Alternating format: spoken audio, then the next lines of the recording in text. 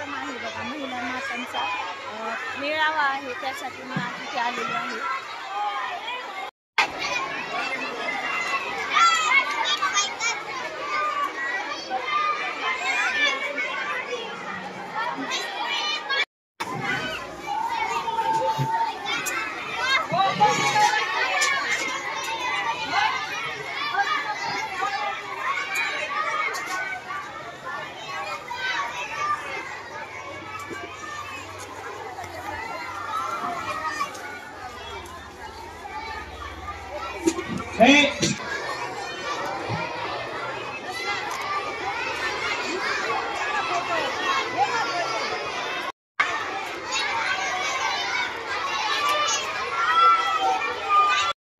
Specialist पार्टीने महिला दिन त्या ठिकाणी साजरा केला का?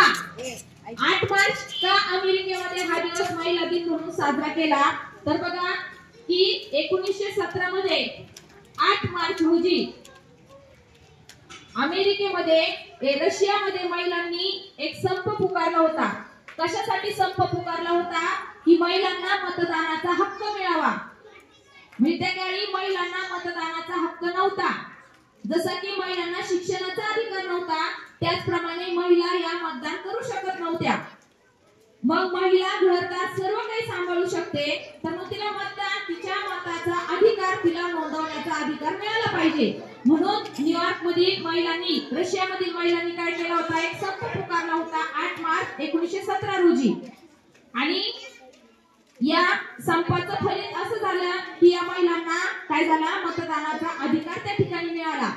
आणि तेव्हापासून आपली जी महिला आहे ती सक्षमपणे, निर्भयपणे आपलं मत योग्य त्या उमेदवारास देऊ शकते, योग्य तो उमेदवार निवडण्याचा अधिकार तिला त्या ठिकाणी प्राप्त झाला। आणि त्यानंतर मग 8 मार्च हा जो दिवस आहे हा आंतरराष्ट्रीय महिला दिन म्हणून साजरा होऊ लागला बघा। आणि 1975 मध्ये संयुक्त राष्ट्र संघाने 8 मार्च हा दिवस आंतरराष्ट्रीय महिला दिन म्हणून त्या ठिकाणी मान्यता दिलेली आहे।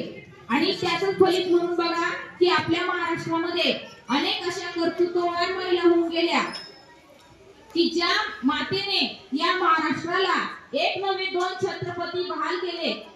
आणि महाराष्ट्रामध्ये ज्या मातेने स्वराज्याचं स्वप्न पाहिलं, फक्त स्वप्नच पाहिलं नाही तर ते स्वप्न सत्यात उतरवण्यासाठी महापराक्रमी असे 2 छत्रपती या महाराष्ट्राला बहाल केले, 2 छत्रपती या महाराष्ट्रामध्ये घडवले, अशा आपल्या राजमाता जिजाऊ, ज्या काळी मुलींना फक्त चूल आणि मूल, जिच्यापर्यंत ज्ञानगंगा शिक्षणाची पोहोचलेली नव्हती, अंधश्रद्धा, जुन्या रूढी परंपरांमध्ये जी स्त्री बुरसटलेली होती, अशा स्त्रीला शिक्षणाचा अधिकार ज्या महामातेने प्राप्त करून दिला, अशा क्रांतीसूर्य ज्ञानज्योती सावित्रीबाई फुले, पंडिता रमाबाई, झाशीची राणी, महापराक्रमी झाशीची राणी अहिल्याबाई होळकर या महिला आहेत की ज्यांनी ज्या काळामध्ये स्त्रीला कोणत्याही प्रकारचा अधिकार नसताना समाजाच्या विरोधात उभं राहून कर्तृत्व आपलं सिद्ध केलं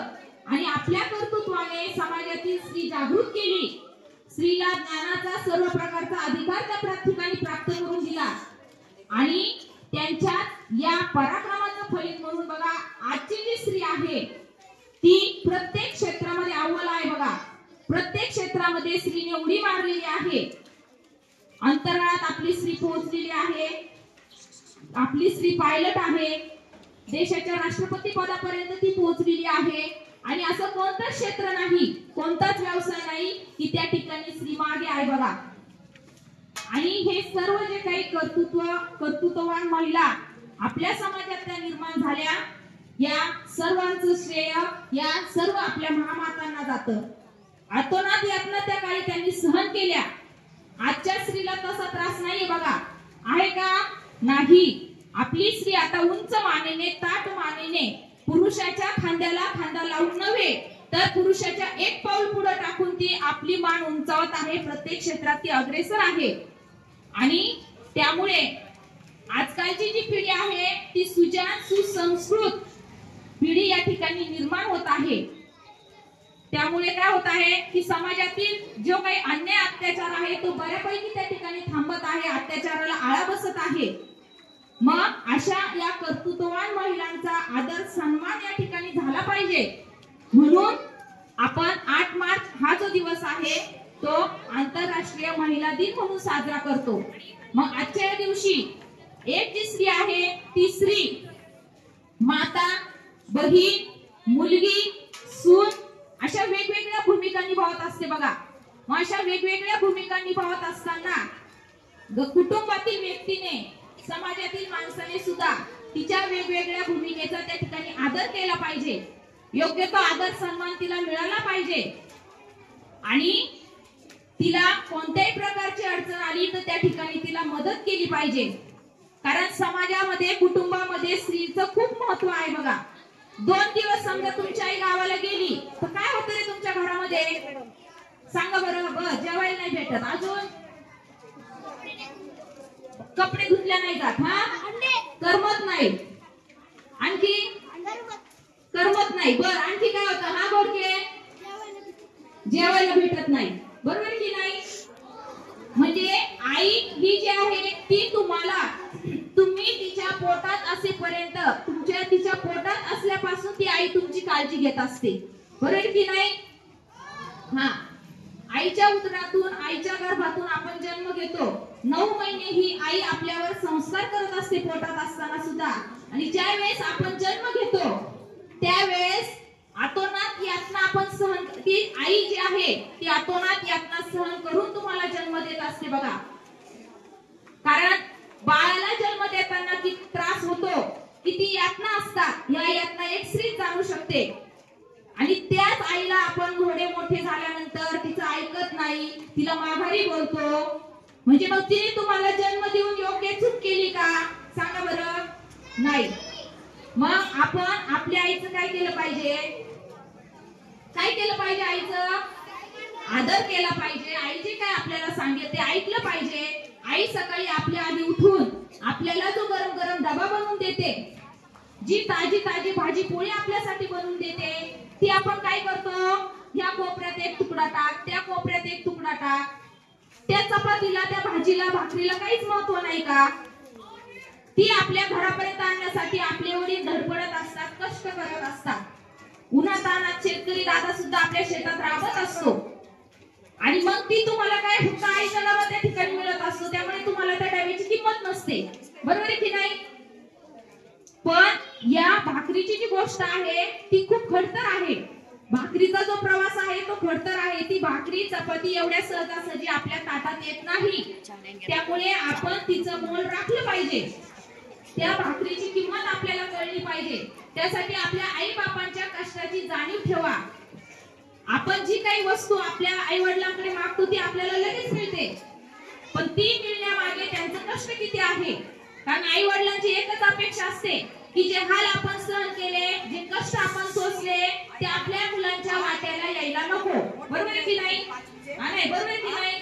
आपल्या आजी आजोबांनी किंवा आपल्या आई वडिलांनी जे कष्ट केले ते माझ्या लेकराला नको, माझ्या लेकराला सगळ्या सुख सोयी सुविधा मिळाल्या पाहिजे, माझं लेकरू शिकून खूप मोठं झालं पाहिजे, माझ्यापेक्षाही मोठं झालं पाहिजे। बघा, प्रत्येक आईला, प्रत्येक वडिलाला वाटत असतं की माझ्या मुलाने शिकून माझ्यापेक्षाही मोठं व्हावं। अशा आजच्या या महिला दिनानिमित्त आज उपस्थित या सर्व महिला माता भगिनींचं मी आपल्या शाळेच्या वतीने मनपूर्वक असं अभिनंदन करते, स्वागत करते आणि शेवटी एवढंच म्हणते बघा, स्त्री आहे म्हणून घर आहे, स्त्री आहे म्हणून घर आहे, आई आहे म्हणून वात्सल्य आहे, बहीण आहे म्हणून माहेर आहे, मुलगी आहे म्हणून माया आहे, सून आहे म्हणून वंश आहे, सखी आहे म्हणून स्वास्थ्य आहे, गृहिणी आहे म्हणून घरपण आहे, स्त्री आहे म्हणून कुटुंब आहे, म्हणूनच आपली ओळख आहे। स्त्री नसेल तर काळोख आहे, स्त्री नसेल तर काळोख आहे। पुन्हा एकदा उपस्थित माझ्या सर्व महिला भगिनींना आणि माझ्या सर्व शिक्षक महिला भगिनींना सुद्धा या आंतरराष्ट्रीय महिला दिनाच्या मी मनपूर्वक अशा शुभेच्छा देते आणि माझं लांबलेलं मनोगत या ठिकाणी पूर्ण करते। धन्यवाद। जय जिजाऊ, जय सावित्री। नमस्कार सर्वांना। आज आहे 8 मार्च आणि जागतिक महिला दिन। तर आजचा हा दिवस आपण साजरा करतो कारण स्त्रीचा सन्मान या दिवशी केला जातो।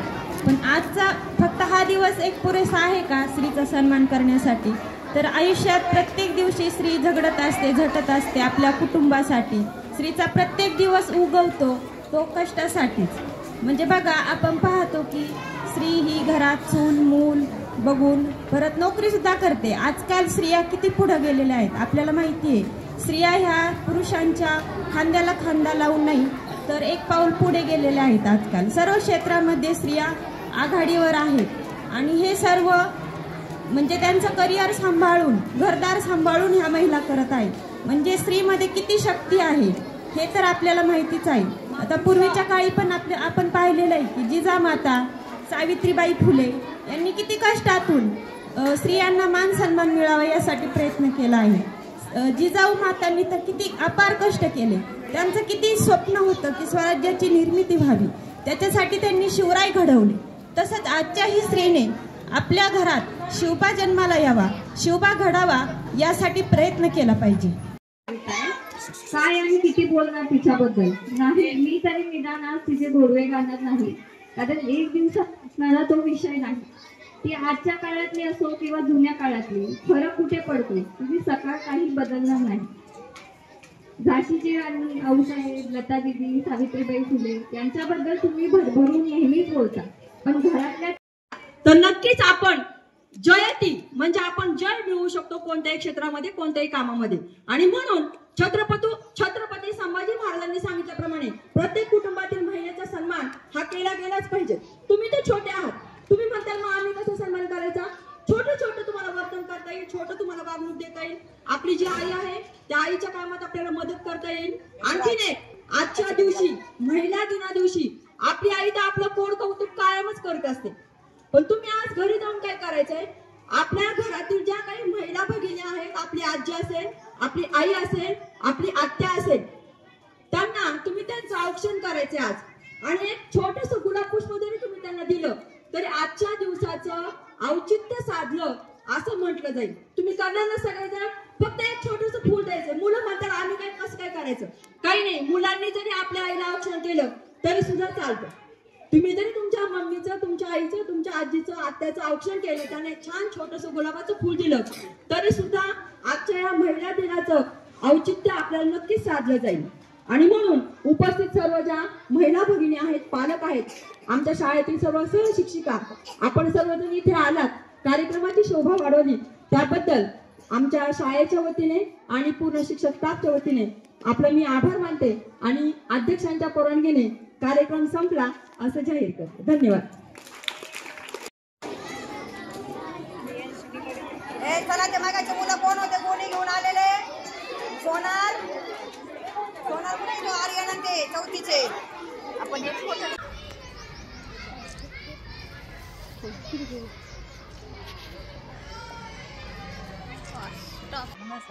आज उपस्थित सर्व माझ्या महिला भगिनींना महिला दिनाच्या खूप खूप शुभेच्छा. Happy women's day. Thank you madam, तुम्ही आम्हा महिलांना इथे बोलवलं आणि मान सन्मान दिला याबद्दल आम्ही तुमचे खूप खूप आभारी आहोत.